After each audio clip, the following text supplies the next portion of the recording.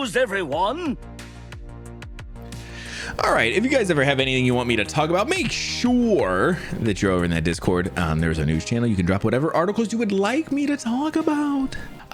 First, let's just start off with Capcom has announced its full Gamescom 2024 lineup. Gamescom is starting next week. A big thing is that they're talking, the big talk about is a Monster Hunter Wild. I didn't see a person who wrote this one, so I apologize. Is it towards the bottom? That's kind of sad. They're not actually giving credit to whoever wrote this. I mean, I might be just very schedule thing, but God, I don't know. Guy still took time to tap this bad boy out. Capcom is going to be having Monster Hunter Wilds. Announcing their first playable opportunity back in June. The Capcom show floor will feature more than 60 playable demo stations for Monster Hunter Wild, over 900 square feet, the first time it has been made playable to the public. So I did see that they're going to have a demo for Monster Hunter Wilds, which is super sick, but it is not. They pretty much confirmed that they're not going to have a demo for the public for at home for at least probably another month, I'm guessing, because they have another show at the end of August where they've specifically said that they're going to have the first playable demo in the US available, which means they're not going to be giving us a demo for Gamescom, but we should be able to see some things at that point. They're also going to be showing off Street Fighter 6, Ace Attorney Investigation Collection, the Kinitsu Gami Path of the Goddess, which has been a game that they recently released, which was pretty cool. Looked really interesting. And then some Monster Hunter Now stuff, which is pretty crazy. Cartoon Network's entire website has been shut down. This is a article by Michael Kripe. Warner Brothers Discovery has shut down CartoonNetwork.com as first spotted by Variety. Those who head to the website will now be redirected to the company's Max streaming service. Instead of free clips and episodes of Cartoon Network show, the page now simply represents the network's Max offering. A pop-up notification now reminds audience that they will need a Max subscription if they want to access their favorite cartoons. Cartoon Network's linear TV side will continue to operate as normal. Oh, okay. So I didn't know. I've never been over to Cartoon Network's website. I didn't know that you could even check out shows or anything, but that's crazy. But on some good news, Tango Gameworks taken over and revived by PUBG publisher Krafton with plans to expand Hi-Fi Rush IP. This is an article by Amber V. No last name, just a last letter. This is cool. All right, so let me zoom in here since this is one of the websites I don't use that often. After abruptly closing its doors in May this year, to the shock of fans and fellow developers, Japanese studio Tango Gameworks is set to resume its activities under Krafton. The South Korean publisher announced on August 12th that it has taken over Tango Gameworks and welcomed its employees with the cooperation of Microsoft and ZeniMax Media. Krafton has plans for the Hi-Fi Rush IP, which it acquired the rights to. So awesome. Founded by Resident Evil director Shinji Mikami in 2010, Tango Gameworks quickly went on to be acquired by ZeniMax Media, the owner of Bethesda Softworks. From there, the studio developed the Evil Within series, Ghostwire Tokyo, and universally acclaimed Hi-Fi Rush. In the meantime, developers became part of Microsoft, which was acquired by ZeniMax Media in 2021. 2 years later, Mikami left Tango Works, and in May 2024, it was suddenly announced that Tango Gameworks would be closing. That is super cool that they're getting picked up by another team. This is exactly what I always kind of talk about when some of these places are getting closed or people are getting laid off. So dope. This is amazing. So they're immediately getting picked up by another team, and the IP is getting picked up, which means obviously we're looking at more Hi-Fi Rush at some point, and as they said, critically acclaimed.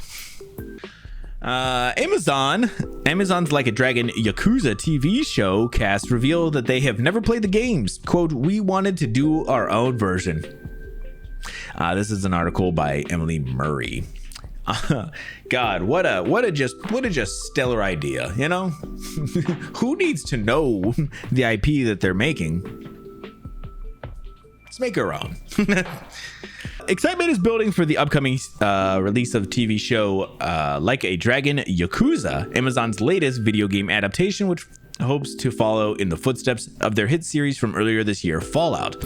Based on the crime video game series of the same name, the Prime Video show will see actor Ryoma take on the lead role of Kiru, a fearless Yakuza warrior. Spanning 2 timelines, we will see how his action affects not only the criminal underworld, but his relationship with childhood friend Akira, who is portrayed by Kento Kaku.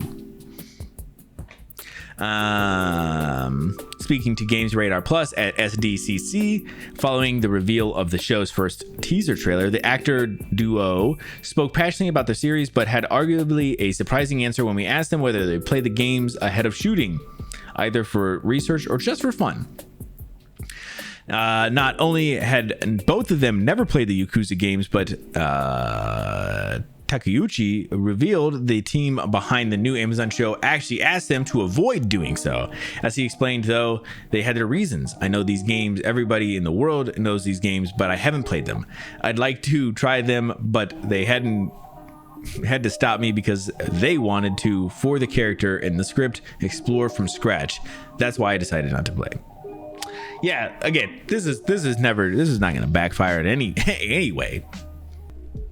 Yeah, so this is it's one of those things where I'm looking at it, I'm like, I think it was the Halo TV show did the same thing where they were like, I don't think we need to know what the source material is, and that show got canceled. Speaking of bad adaptations, though, guys, Borderlands is bombed at the box office as Gearbox CEO responds to the backlash.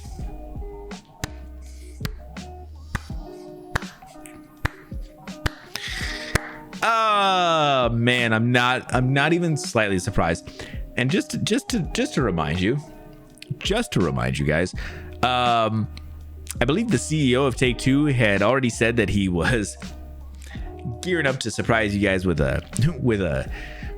talks of a sequel before the movie came out. There was an article we talked about the other day, and he was saying, sooner than later, I think we're going to be talking about a sequel, guys. I don't think so. Big surprise not. Got him.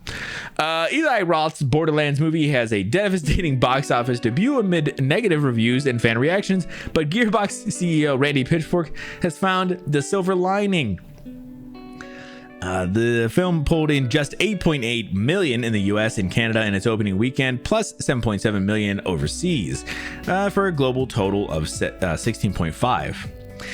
As a point of comparison, the incredible successful Deadpool and Wolverine pulled in $96 million on its opening day in the US alone.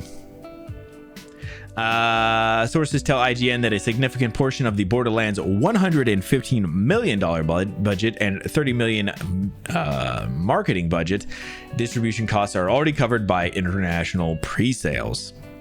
So what you're saying is, this is Randy Pitchfork on Twitter, of course. So what you're saying is, you like what my friends and I do with our Borderlands video games even more than you like what some of the biggest and best cast and crew of the filmmakers on the planet have done. I'm super flattered. We're working extra hard for you on what's next. Way to try and spin it, Randy. It's totally working, I promise. Randy, we all believe that's the reason. It's because we were like Borderlands the game, not because the movie is shit. Which I do remember why I put this in here as well, because there's some banger memes at the bottom here. I left my Borderlands movie ticket in the car and someone broke in to leave 3 more. Oh my god. What else? What else we got? Sorry, Borderlands fans. Let's fight somewhere empty. Jesus Christ. Oh fuck. Creators of the video game, look how they massacred my boy. Of course. Oh man, Madam Web having to pass the torch. Oof. Was Madam Web at the beginning of this year? Oh, that's crazy. That is crazy. But it doesn't get much better for Borderlands the movie, because they also had a little bit of a drama here. Borderlands movie rigger who worked on Clamptrap accuses Lionsgate of snubbing his credit. That's not good. This is an article by Ryan Dinsdale. Also, did I say who wrote the last one? Let me make sure I get that one real quick. Ooh, and some new news. I like that. Let me make sure I get this as well. The last one was by Adelaide Anchors Range. Sorry, I want to make sure I credit the right people. The person who worked on Clamptrap did not get good credit, apparently, in the movie. Okay, so a rigger who spent 5 consecutive months working on Clamptrap for the widely panned Borderlands the movie has accused Lionsgate of snubbing his credit. As reported by PC Gamer, freelance senior rigger Robbie Reed posted on Twitter to allege neither he nor the artist who modeled Clamptrap, Borderlands' most iconic character, who's played by Jack Black in the film, were listed in the credits. This time 3 years ago, I was rigging the CG asset of Clamptrap for the Borderlands movie, Reed said. I worked on him for 5 consecutive months. Neither I nor the artist who modeled him, who I worked with the entire time, got credit for the film. Way to make it even worse. Reed went on to note that this is a common problem in the industry and said he felt exceptionally lucky this was the first time he'd experienced it, but it just stings that the one to finally break the streak was the last film I worked on at a studio, and for such a significant character too. Dick move. Lionsgate. Sorry, I need to make sure who I'm talking about. Lionsgate. So yeah, Lionsgate, apparently, at the end of the movie, you put the credit for everybody who's been working on this and everything, and for the most part, no matter who's kind of touched it, how big, how small, you got to make sure that you credit them, especially person who originally modeled them. That's pretty huge. And this guy is alleging that they did neither, which is, yeah, that's super shitty. This one was a little wild. I think this is all kind of alleged as well. A Russian chess player accused of poisoning rivals' board with toxic mercury. This is an article by Anthony Wood. Okay. Police in Russia have launched a criminal investigation after a chess champion was caught on camera allegedly poisoning her rival's board with toxic mercury during a regional competition in a Russian Republic of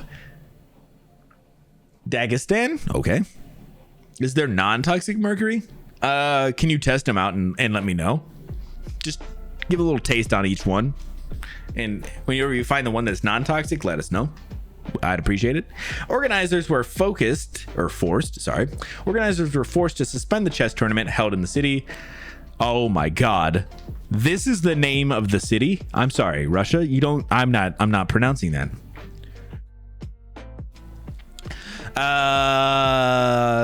The tournament was held, suspend the chess tournament that was held in the city on August 2nd after 30-year-old European champion. Oh my God, why are these names insane?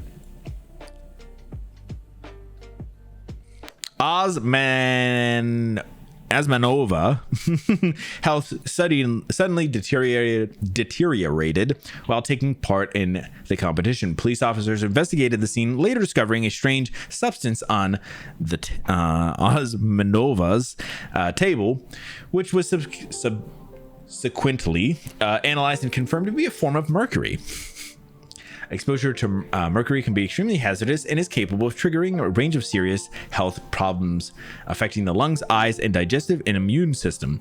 During a subsequent investigation, security footage emerged online showing Osmanova's opponent and rival in the competition allegedly spread a substance over the table. So let's we'll just take a look at the footage here.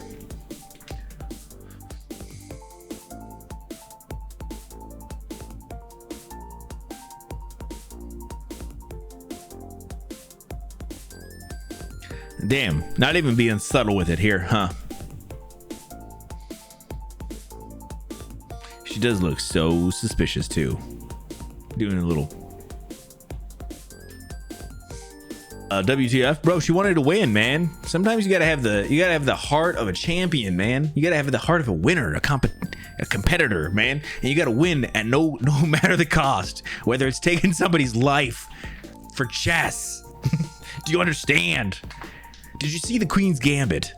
So this is kind of the big news, at least I thought so, that happened over the weekend. So Disney had their D23, which is like their hey, we're showing off all of our Disney projects. So they kind of did that, and we'll just kind of go over what they announced or what they kind of showed off. So apparently there was a Moana 2 trailer that reveals new threats and familiar faces. I didn't see the first one, so I don't really give a shit about that. The Rock is partnering with Disney for a monster truck project.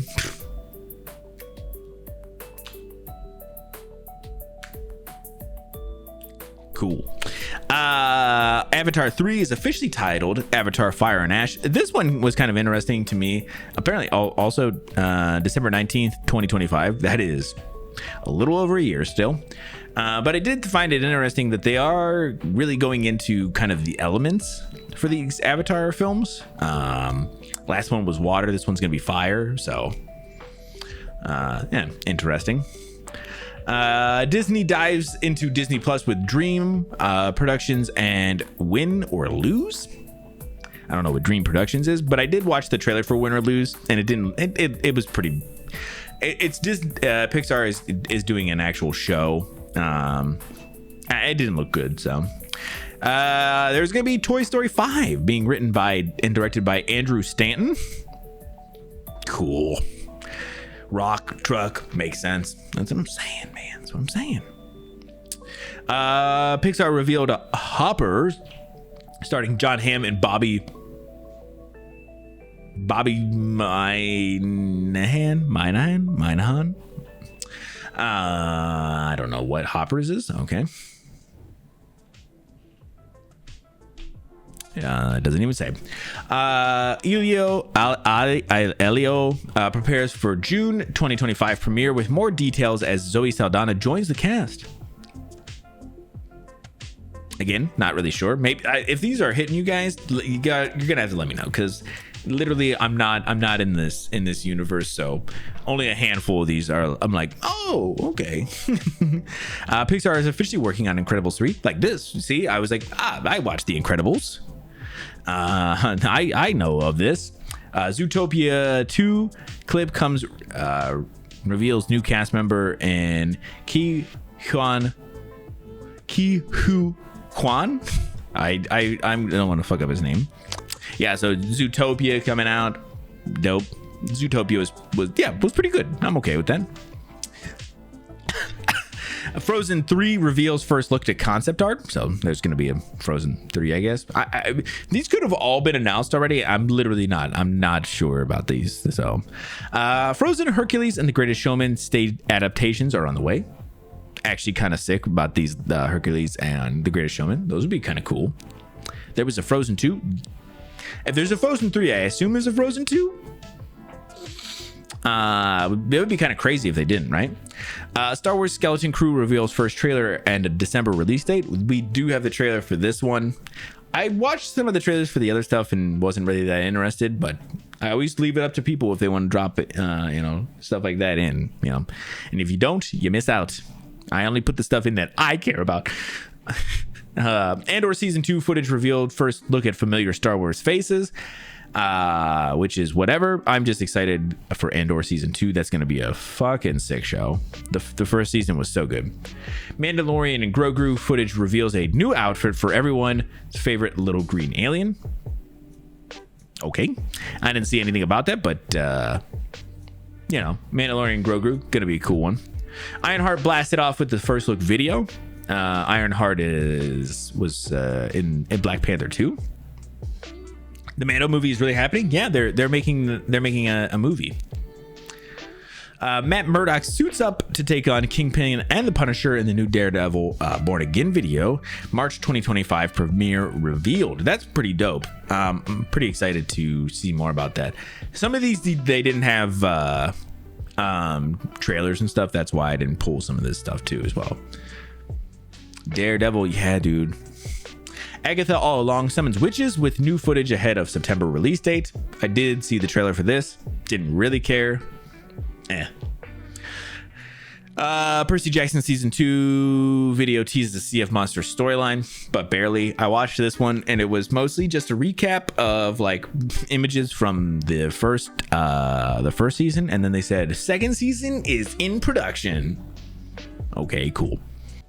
Master magician David Blaine appears with Do Not Attempt. I guess this is going to be a show for whatever this one is, National Geographic's. Kind of dope. Freaky Friday 2 reveals first image and new title. Oh shit, they're doing another Freaky Friday movie with Lindsay Lohan and Jamie Lee Curtis. Okay, I might be in. Freakier Friday. I'm back out. First look at live action Stitch from upcoming Lilo and Stitch movie revealed. I'm guessing this is him. All right. I didn't see any of Lilo and Stitch 2, so that one's kind of really lost on me. Live action Snow White trailer reveals the first look at Rachel Ziegler and the Seven Dwarfs. I did watch the trailer for this one, and it's gonna be a no-go for me. I don't give a shit about Snow White. Tron Ares cast team up to reveal exclusive footage and collaboration with Nine Inch Nails.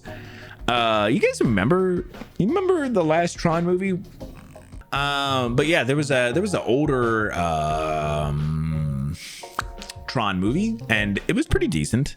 I think all the music was written by Daft Punk, which is pretty cool. So they're doing another movie, Tron Ares, with music I think done by Nine Inch Nails, which is pretty cool. Mufasa: The Lion King trailer closes out the show with new music and young Scar. Do people care about that? I watched like 20 seconds of this trailer and I was like, I don't fucking care about this. I couldn't do it. So but yeah, that was all the things that were kind of shown off. I think there was a couple of little things here and there, but you know, this is kind of the major news. So but yeah, I did grab the trailer for that Skeleton Crew show just because it looked kind of wild. This is a Star Wars show that's coming out I think this year, but it has Jude Law in it, guys. Jude Law. So let's go ahead and take a quick peek here.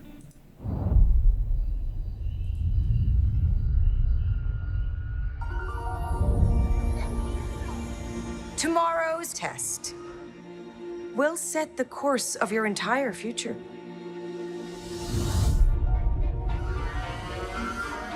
Don't you ever want to do John anything Watts. exciting? Like what? What if we could go anywhere we want in the whole galaxy? A real adventure. No more pretend. I found something buried in the woods. What do you think it is? I think it's a lost Jedi temple.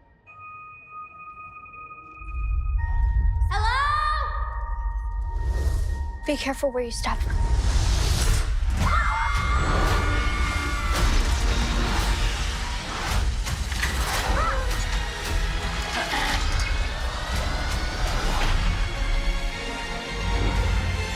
We're lost. Really lost. Tis dangerous out there in space. Trust no one.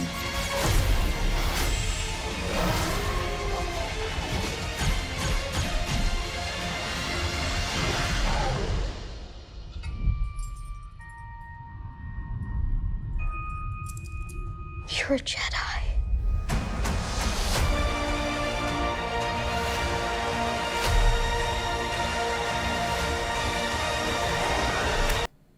All right, we don't care about the rest of that music. Fuck that. Yeah, it looks fine. But yeah, it'll be could be really cool. We'll see. It's got some interesting looks here. Goonies and Star Wars, and definitely a little bit, right? I was gonna say, I forgot it was John Watts though who's working on it. Yeah, like a lot of like this stuff, I was like, this looks so weird. This is like super futuristic kind of looking stuff. I don't know, kind of be interesting. All right, like I said, let me get into these two because they're kind of a little sadder, and we'll go through them real quick here. So this is an article by Michael Kripe. So Susan Wojcicki, the tech pioneer who drove Google's YouTube acquisition, is dead at 56. This is crazy, guys.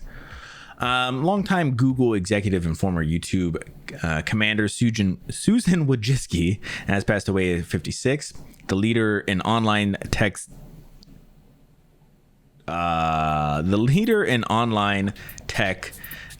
death was announced by Facebook by her husband Dennis Troper yesterday. Wojcicki passing following a 2-year battle with non-small cell lung cancer, as well as the death of her son Marco Troper earlier this year. Yeah, I know just a little bit of, I've heard of Susan a few times here and there, but I knew she had stepped down like a couple of months ago to a year ago or something, and people were a little worried. But man, I was shocked to see that it may have been out there, but that she was having a battle with cancer. But man, I felt like I never heard that. But I know that people, I think, really liked and respected her, and yeah, just very sad.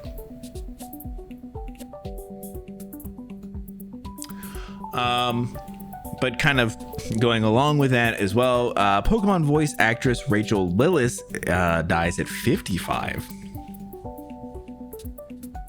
This article is by Ryan Dinsdale.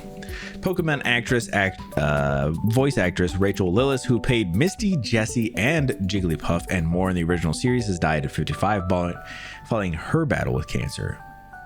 Lillis was diagnosed with breast cancer in May 2024, and a GoFundMe page was set up by her sister Lori Orr to help her cover medical costs. It was through this page that Orr confirmed Lillis had passed away on August 10th, 2024.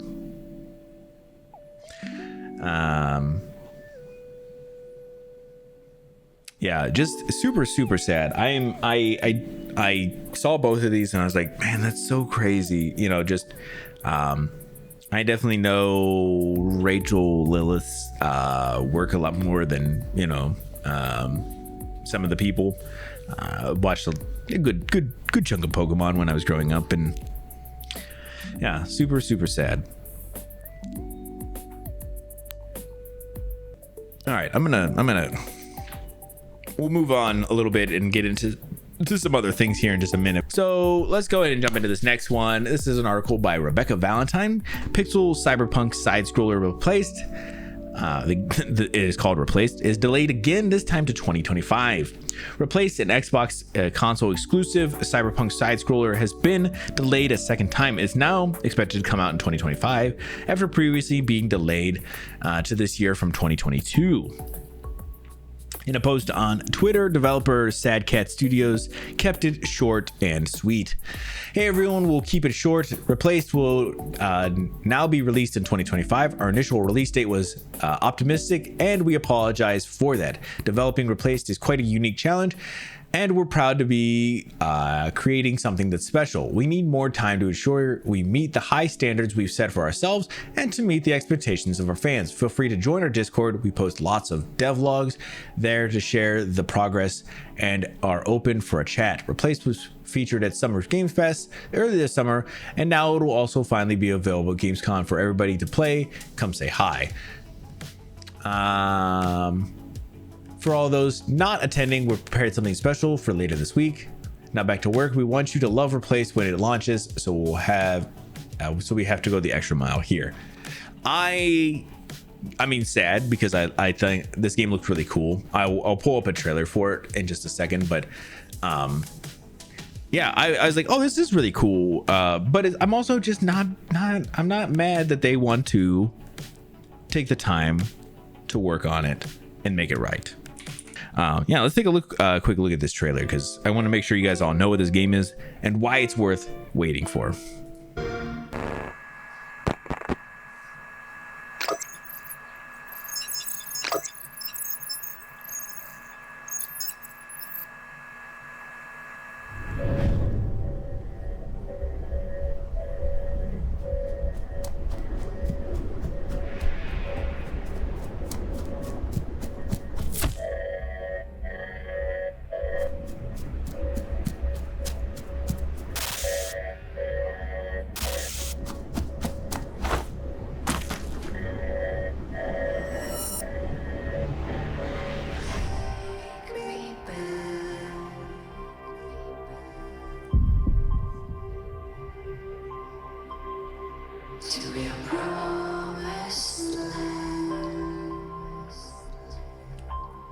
Great art style.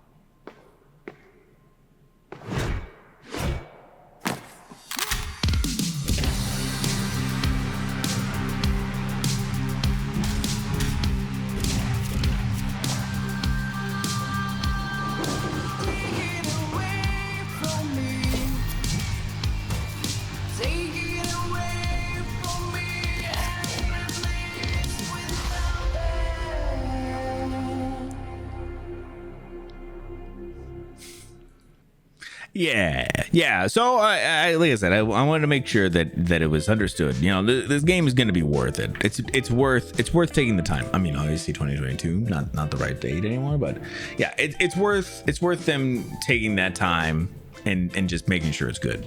All right, Paramount Television Studio is shutting down amid massive cuts. This is an article by Amelia Zollner. Following a tumultuous year of layoffs and ongoing mergers, Paramount Television Studios is now shutting down. Today, Paramount Television Studio President Nicole Clemens announced that the division will shut down by the end of the week via a memo sent to employees, according to Deadline. The decision came just days after Paramount announced that it would lay off 15% of its employees in the U.S. This has been a challenging and transformative time for the entire industry, and sadly, our studio is not immune. Over the past 11 years, PTVS has weathered seemingly insurmountable obstacles through a combination of strength, determination, and unwavering commitment. We met these challenges with incredible resilience, creativity, and passion for what we do, and I could not be prouder of our team.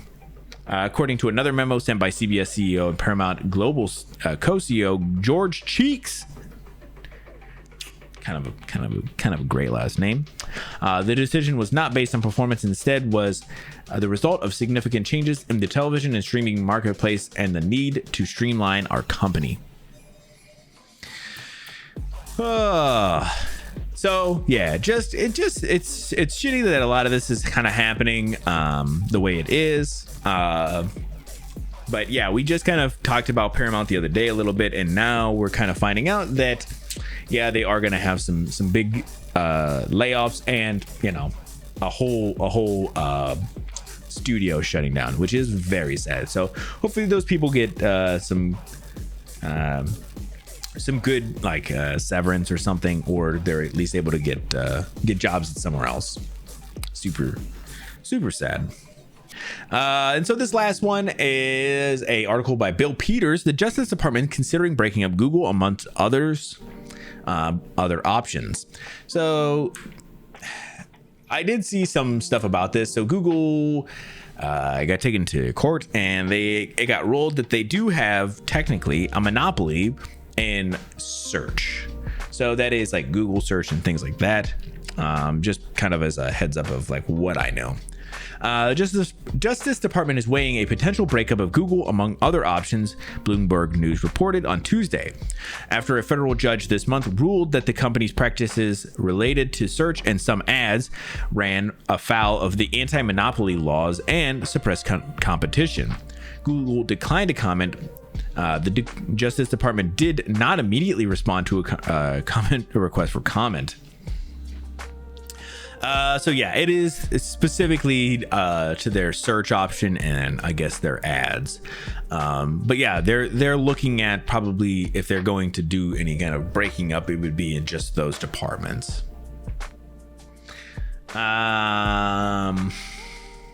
Bloomberg, citing people familiar with the matter, said that if the agency tried to split up the company, the search giant's Android operating system and Chrome browser would be the likeliest segment to be separated.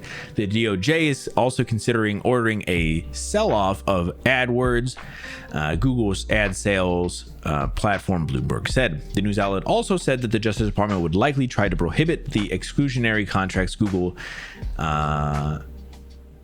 that spent billions of dollars on to become the default search engine for many mobile users, which is also, I think, part of like, I think they've made like they're the default search engine for Apple. I think it's Apple as well, because I believe there's some kind of deal with them as well.